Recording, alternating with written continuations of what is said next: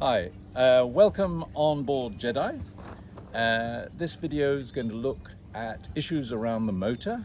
The motor is important for getting in and out of the harbour, obviously, and also for security if you need to get back in difficult conditions. But it's also the item on the boat that causes many challenges for the maintenance team and is the subject of many log entries. So now we're going to look at the motor.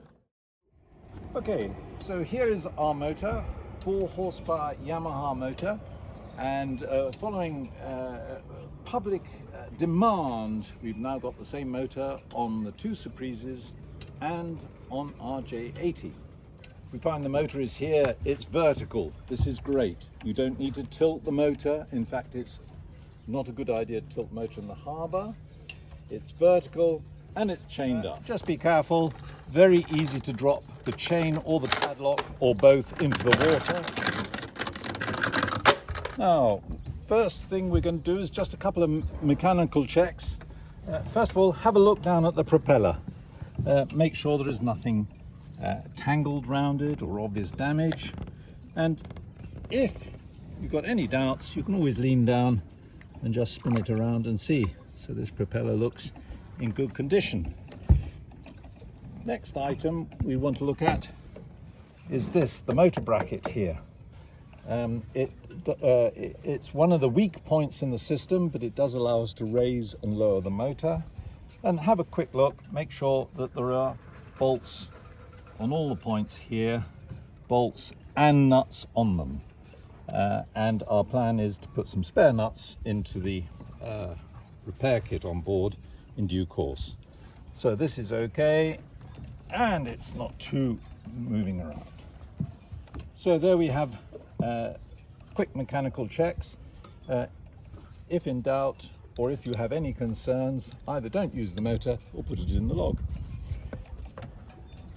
So here we have our motor. We'll now find the fuel tank, which is kept down below.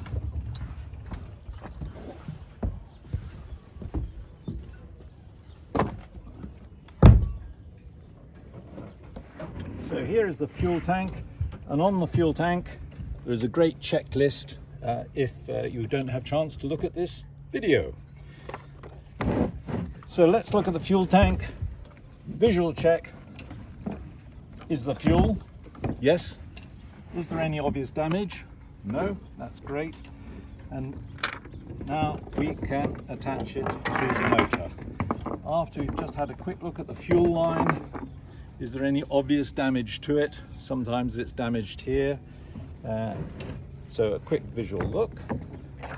And we're going to attach the fuel line. As we're doing it, it's always good just to check that this rubber seal is in good condition. If it's not, you've got to check whether it's leaking fuel, and don't use it if it's leaking fuel. And now I'm going to put it on. We put it on nice and straight until it clicks. If you find that the whole fitting wobbles in the motor, log it. We need to do something. And note, the person before was great, had put the cap on. Now, quite an advanced check is make sure that this arrow is in the right direction. We have found it once in the wrong direction, which meant you were pumping fuel from the motor to the tank, which is not very efficient. So let's start at this end and do all the checks we need to do to make sure that we can start the motor. This is the air vent. It needs to be closed when we're storing the motor to stop fumes building up in the cabin, and we need to open it before we go out. You only need to open it 1 or 2 turns. It doesn't have to be jammed open. Now we see that fuel line's good, arrow's in the right direction, it's connected there, and then we can give a little pump. And we find it's already hard. That's good. If it's hard, it means there is fuel in the carburetor. So we've got fuel there.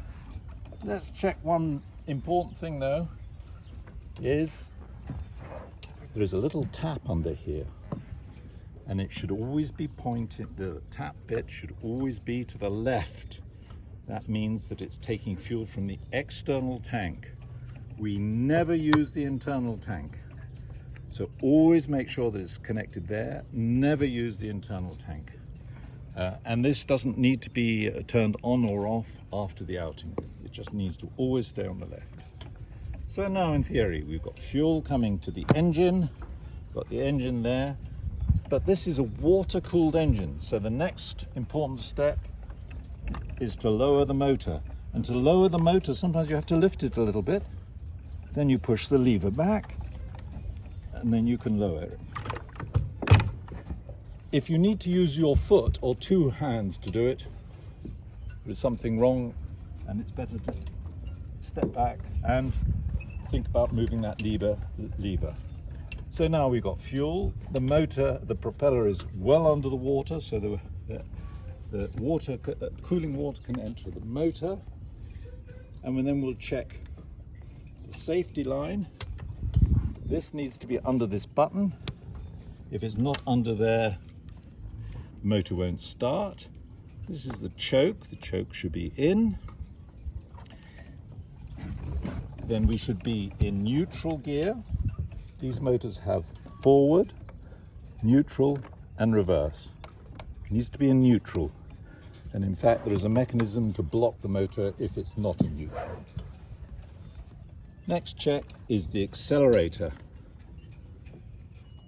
This should be, for starting, it should be like that. And before we actually get the motor going, a couple of more checks we can do. You see this? You can set in any position, it stays there. This nut here will adjust that ease of moving. If it's too easy, with the vibration of the motor it closes, and if it's too stiff, you can't turn it, change the speed when you need to. So get it in a position where you don't normally need to adjust it, but if you have difficulties, that's adjustment. And then just turning the motor, this is quite easy to turn. And if you're actually controlling the direction of the boat with the motor, perhaps that's good. But if you're, for instance, want to keep the motor in position, under here, there is an adjustment that you can do. You can tighten it so that it hardly moves. It's difficult to move now. You can tighten it even more, or you can loosen it off. I usually have it in a sort of midway position so that the engine is going to be reasonably easy to move, but if I have to take my hand off it for a moment, it still is going to stay in the position I've left it in. So now we have fuel, the motor is ready, we can try starting it. To try starting it, don't use the choke at all, have it in that position like we said, and we can try starting it with 3 pulls maximum. Now when you pull it out, hold it like this. Sometimes these motors kick back, and if you've done it like this or wrapped things around your hand, you can hurt yourself. So do it like that, take it out, there is always a free bit, and then have a look where your elbow is going to go, crew members, booms, not in the way, and then you're going to do a nice firm pull.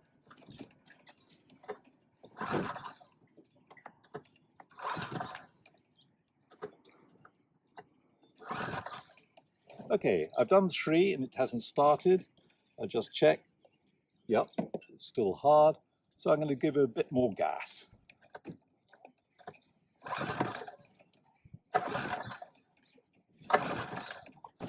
So that's 3 and it still hasn't gone. So now I will try the choke.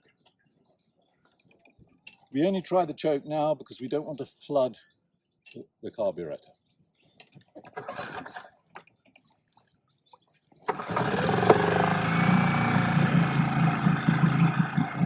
Now we have to be ready to put the choke back in. I just noticed there is water coming out here. This is the cooling water. It should come out with a speed like that. If it doesn't come out, you need to stop the motor immediately to avoid damage. We've let the motor warm up for a few minutes, which is always good practice, because you need to then be confident that it'll run at minimum speed without stalling. Here it is, it's at minimum speed, it's all ready to go. A quick point on that, why do we need to have minimum speed reliable? Because we only change gear with minimum speed. So now we can change gear and we don't risk any damage to the gears. So we could go back, or we could go forward without a big noise of gears crashing. So it's important that your motor, before you do your maneuvers, is warmed up and can run comfortably on minimum speed. Let's just talk about reverse gear. These have a reverse gear, but the manual is quite clear. Reverse gear should never be used for braking the boat, and it should be used with minimum power, absolute minimum you can for a safe maneuver. It is not designed for speeding backwards or braking the boat if you come in with too much speed. And at the moment, as we're in neutral, the engine can lift up, and that's normal. And in forward gear, it can also lift up. That's in case you hit something, the motor can lift up. It's a different arrangement though in reverse gear. In reverse gear, this lock is activated and you can't lift it up anymore. So if in reverse gear you find that the motor lifts up instead of just pulling the boat back, log it and we can look into it. But the most important message is reverse gear. Don't brake with it. Reverse gear, minimum speed. Think about this before you do your maneuvers and before you go out, for instance, in strong winds. How are you going to avoid having to use the motor in reverse at anything but minimum speed? As you can see, we're in the harbour. But let's imagine we're out on the lake and we've got the sails up and we're ready to turn off the motor and store the motor for sailing. So we're in neutral gear. We stop the engine by pushing this button. And the next thing we do is we take this off. If we try and lift the motor and especially tilt the motor with this fuel line still on, we risk damaging this. If it's damaged, your motor won't work, and there's also a fire risk. So we press that in and we pull straight back. On the fuel tank, we should close the valve like that. Now, there is a difference of opinion about whether you keep this on deck for emergency use or whether you store it. The maintenance team's advice is store it safely below. The reason being that if it's on deck, it's easy to damage this, it's easy to damage the fittings, and ultimately it's a greater risk for your safety if this gets damaged. And if you stow it safely but easy to hand, it can come out quickly.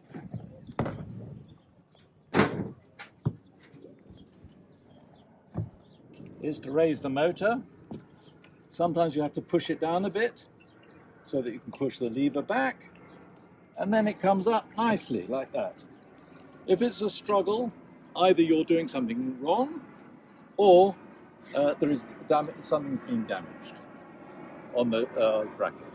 And I'm going to close that to protect these delicate little things here. I'm going to put the cap back on.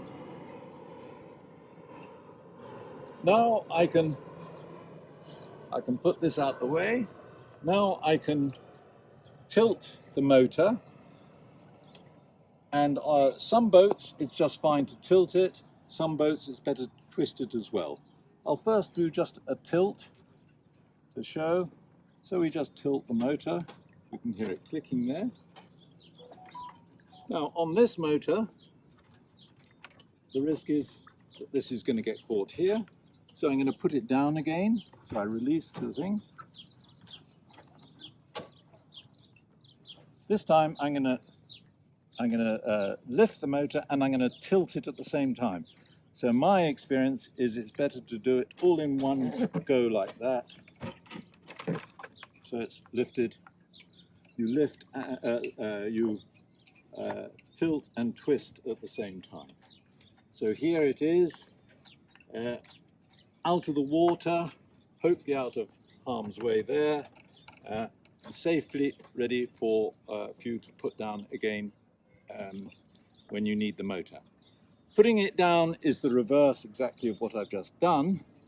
So we've got to move this lever like that, and we let it down like that, and we can twist it at the same time.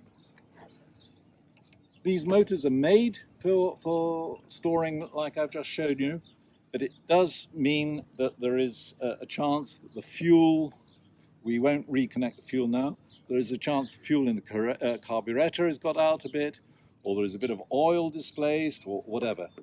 So my advice is don't put the motor down at the last moment.